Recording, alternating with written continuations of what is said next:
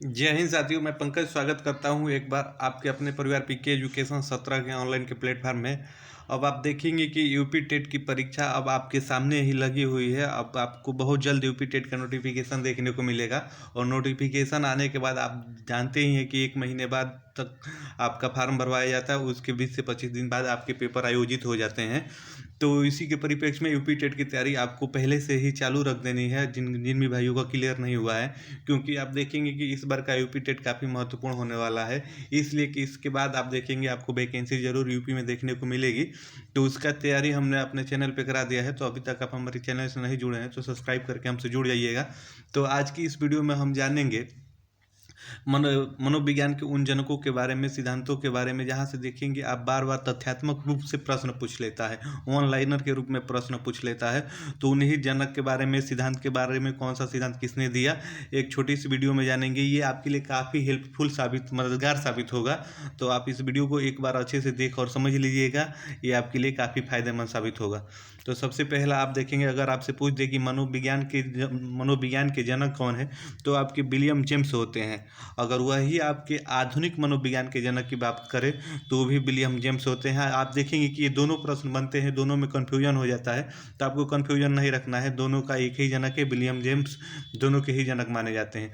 वही अगला प्रश्न आपसे बन जाए, प्रकार्यवाद संप्रदाय के जनक कौन है, तो वो भी आपके विलियम जेम्स ही हैं। आपको ये भी ध्यान में रखना है। वही आपके आत्म संप्रत्यय की अवधारणा से पूछ दे प्रश्न कि आत्म संप्रत्यय की जो अवधारणा है वो किसने दी, तो आपके विलियम जेम्स ने दी। आप ये चारों पॉइंटों को ध्यान में रखेंगे। अगर यहाँ से कहीं से भी इन चारों में से कुछ भी पूछे तो इन चारों के आपके विलियम जेम्स ही होंगे। इस प्रकार से आपको ध्यान में रखना है। हमने सबको संयुक्त की एक जगह पे आपके लिए इकट्ठा करके रखा है। अगर आपको एक बार इस वीडियो को अच्छे से देख और समझ लेंगे तो आप आसानी से समझेंगे, क्योंकि जो भी कथन और सिद्धांत है सारे मनोवैज्ञानिक को एक ही जगह पे हमने लिया हुआ है। तो आप समझ सकते हैं यहाँ पे देख के। तो आइए वही अगले की बात करें, तो शिक्षा मनोविज्ञानिक के अगर जनक पूछ दे तो शिक्षा मनोविज्ञान के आपके जनक कौन है, तो वो आपके थॉर्नडाइक महोदय हैं। आप ऐसे ध्यान में रखेंगे। वही अगर आपसे प्रयास एवं त्रुटि का सिद्धांत पूछ दे तो वो भी आपके थॉर्नडाइक महोदय होते हैं। आप इसे भी ध्यान में रखेंगे। वही प्रयत्न एवं भूल का सिद्धांत आपसे पूछ दे तो वो भी थॉर्नडाइक का ही है। आप ये भी ध्यान में रखेंगे। संयोजनवाद का सिद्धांत पूछे तो थॉर्नडाइक का है, ये भी आप ध्यान में रखेंगे। उद्दीपन अनुक्रिया का सिद्धांत पूछ दे तो वो भी थॉर्नडाइक का है। आप ये भी यहाँ पे ध्यान में रखेंगे। वही एसआर थ्योरी आती है, एक आरएस थ्योरी है और एक एसआर थ्योरी है। अगर एसआर थ्योरी पूछे तो आपके थॉर्नडाइक के हैं। आप इसे भी ध्यान में रखेंगे। वही अगर अधिगम का बंध सिद्धांत पूछ दे तो वो भी आपका थॉर्नडाइक का है, ये आप ध्यान में रखेंगे। संबंधवाद का सिद्धांत अगर आपसे पूछ दे तो वो भी थॉर्नडाइक का है। तो इस प्रकार से हमने ये जितने भी आपके थॉर्नडाइक से जुड़े हुए कथन हैं सबको हमने एक जगह समाहित किया है। आप इसे एक बार अच्छे से देख और समझ लेंगे तो आप देखेंगे कि आपके लिए काफ़ी फायदेमंद होगा। आइए नीचे और कुछ देख लेते हैं थॉर्नडाइक से जुड़े हुए कथनों को, जहाँ से आपके प्रश्न बन सकते हैं। अगर वही प्रशिक्षण अंतरण का सर्वसम्म अवयव का सिद्धांत पूछते तो वही थॉर्नडाइक का है। और उसके बाद एक और देख लीजिए, बहुखंड बुद्धि का सिद्धांत पूछे तो ये थॉर्नडाइक का है। तो थॉर्नडाइक से जुड़े हुए जितने भी आपके कथन हैं उसको सारा का हमने एक जगह संयोज के आपको बताया है। आप इतने कथनों को अच्छे से देख समझ लेते हैं तो थॉर्नडाइक से जुड़े हुए आप देखेंगे इतने में से ही आपसे कोई ना कोई देखने को जरूर मिलेगा। अगर आप प्रीवियस ईयर के प्रश्नों को उठा के भी देखते हैं तो आप देखेंगे कि इन्हीं में से कोई ना कोई आपके हर एक परीक्षाओं में देखने को मिला है। तो आप इतने को एक बार अच्छे से देख लीजिएगा। आइए वही आगे देखते हैं। तो अगर आपसे बन जाए कि बीने साइमन बुद्धि प्रशिक्षण के प्रतिपादक कौन है, तो आपके बीने व साइमन है। आप ये ध्यान में रखेंगे। वही अगले प्रश्न की बात करें तो अगले में अगर आपसे बन जाए बुद्धि प्रशिक्षणों के जन्मदाता कौन है, तो आपके बीने जी हैं। तो आप यहाँ पे ये भी ध्यान में रखेंगे। अगर वही आगे प्रश्न बन जाए एक खंड बुद्धि का सिद्धांत किसने दिया, तो ये भी आपके बीने महोदय ने दिया, ये आप भी ध्यान में रखेंगे। वही दो खंड बुद्धि का सिद्धांत पूछे या त्रिखंड बुद्धि का सिद्धांत पूछे तो दोनों आपके स्पीयरमैन होता है। आप यहाँ पे ध्यान में रखेंगे। अगर आपसे एक खंड बुद्धि का सिद्धांत पूछे तो आपको वहाँ पे विनय लगाना है। और वही आपसे दो खंड और त्रिखंड बुद्धि का सिद्धांत पूछे तो आपको स्पीयरमैन लगाना है। आप इस बात को अच्छे से देख लीजिएगा और ध्यान में रखिएगा, क्योंकि आप देखेंगे यही से प्रश्न बनते हैं और थोड़ी सी कन्फ्यूजन के कारण यहाँ से प्रश्न आपके गलत हो जाते हैं। तो आप इस कथन वाले प्रश्नों में आप थोड़ा भी डाउट नहीं रखेंगे, हेजिटेशन नहीं रखेंगे। आपका यहाँ पे कंटेंट क्लियर रहना चाहिए, तभी जाके आप इसको अच्छे से समझ लगा पाएंगे।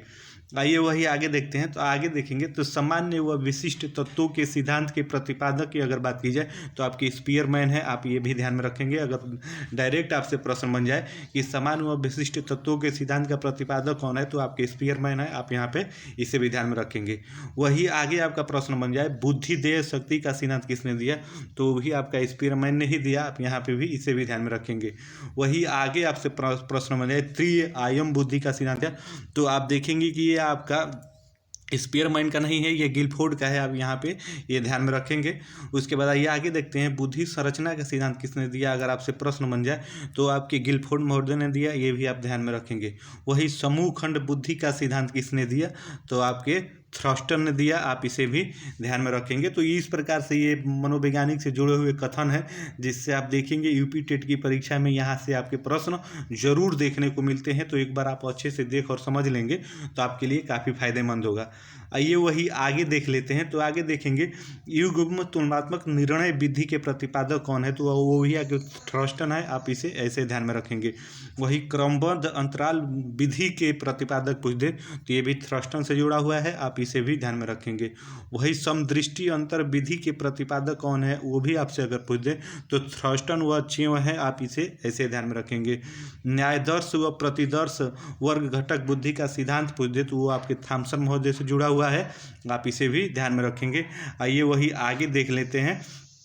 तो आगे यहाँ पे देखेंगे, आगे आपसे प्रश्न यहाँ पे बना हुआ है कि पदानुक्रमित यानी क्रमिक जो महत्व है वो बुद्धि का सिद्धांत किसने दिया, तो आपके बट एवं वर्मन ने दिया। आप इसे ध्यान में रखेंगे। यहाँ से भी आपको प्रश्न देखने को मिलेंगे। अगर प्रीवियस ईयर के पेपर को आप उठा के देखेंगे तो आप जरूर देखेंगे कि हर एक पेपर में इन कथनों में से कोई ना कोई कथन जरूर आपके पेपर में आया हुआ है। तो आप इन कथनों को एक बार अच्छे से और देख और समझ लीजिएगा। वही अगले प्रश्न की बात करें तो अगले में देखेंगे, अगले कथन में आपसे पूछा है तरल ठोस बुद्धि का सिद्धांत किसने दिया, तो आरबी केटल ने दिया। आप देखेंगे ये पिछली बार ही पूछा था 2021 के यूपी टेट में, तो ये आपके लिए महत्वपूर्ण हो जाता है। वही प्रतिपादक विशेष सिद्धांत के प्रतिपादक कौन है, प्रतिकारक विशेषांक जो सिद्धांत होता है उसके प्रतिपादक कौन है, तो भी आरबी केटल से जुड़ा हुआ है। आप इसे भी ध्यान में रखेंगे। वही व्यवहारवाद का सिद्धांत अगर आपसे पूछे तो वाटसन से जुड़ा हुआ है। आप ऐसे ध्यान में रखेंगे। बुद्धि इकाई का सिद्धांत स्टर्न एवं जॉनसन ने दिया। आप इसे ध्यान में रखेंगे। तो ऐसे ही आप सभी कथनों को ध्यान में रखना है आपको। यहाँ तक हमने आपको बता दिया 35 तक, और इससे जुड़े हुए और आपके 30 से 40 और भी कथन है मनोवैज्ञानिक है, तो उनका भी एक हम अलग वीडियो बना के छोटी छोटी वीडियो रहेगी, तो आपको देखने में भी बोरियत महसूस नहीं होगी। आप आसानी से देख और समझ लेंगे। तो इस प्रकार से इसके आगे का जो पार्ट है हम आगे आपको वीडियो अपलोड करके बता देंगे थोड़े से समय के लिए। तो आप वहाँ से उसको देख लीजिएगा। आप इससे इतना यहाँ से देख लीजिए और कैसी लगी ये वीडियो कमेंट करके ज़रूर बताइएगा। तो फिर मिलते हैं इसके आगे का पार्ट लेके अगली वीडियो में। तब तक के लिए आप सभी को जय हिंद, धन्यवाद।